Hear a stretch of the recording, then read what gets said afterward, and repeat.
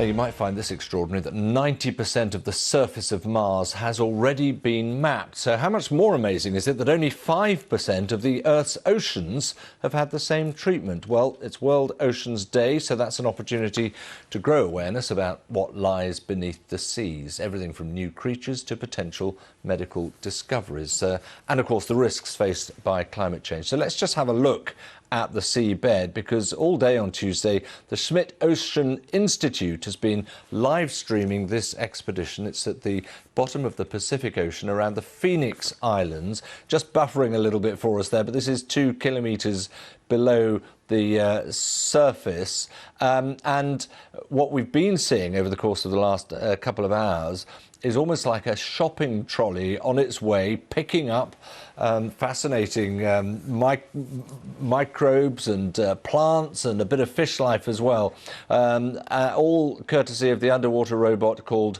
Sebastian. There's some pretty big names. There we are. Here we go.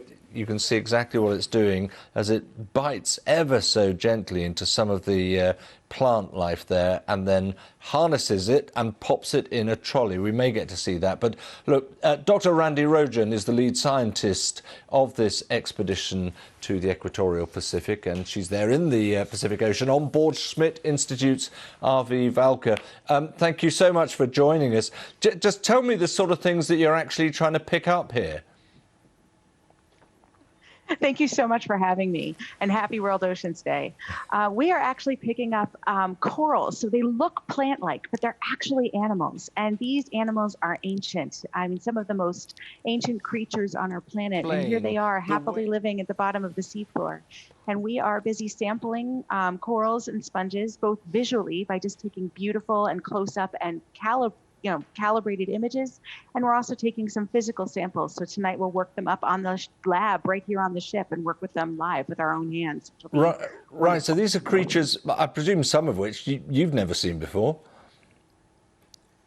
Well, these particular ones, no one's seen before. We're actually on a seamount right now that nobody has ever explored, ever.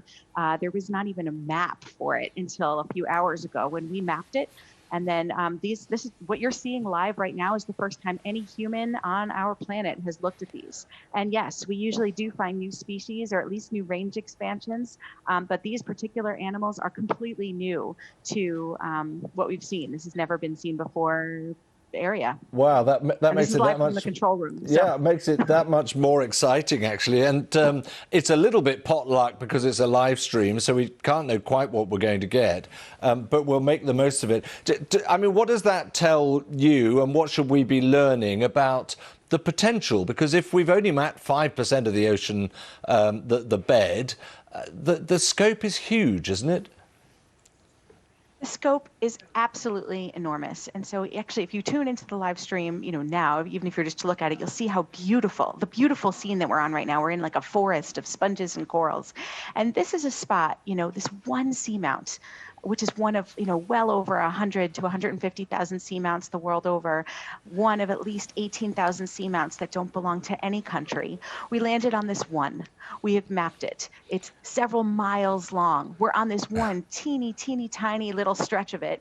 And on this one itsy bitsy bit of seafloor, here we are in this forest of animals, some of which are easily hundreds of years old, and some of them thousands. Your enthusiasm is infectious. Very briefly, I mean, you are working with a philanthropic organisation. How much more do you feel that the world's governments and international bodies should be doing? That's a tough and interesting and real question, and I'm so glad you've asked it. I think that it's everybody's responsibility to be stewards of this planet.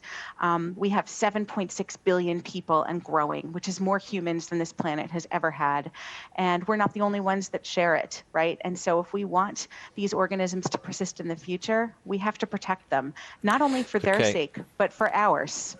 Randi, thank you very much indeed. Randi Rotjan joining us there from the Pacific, live as we see things that no one has ever seen before. Less familiar with these creatures, let's just go back to the bottom of the sea. This is the Pacific Ocean, close to the Kiribati Islands, and a marine protected area on World Oceans Day. This is BBC News.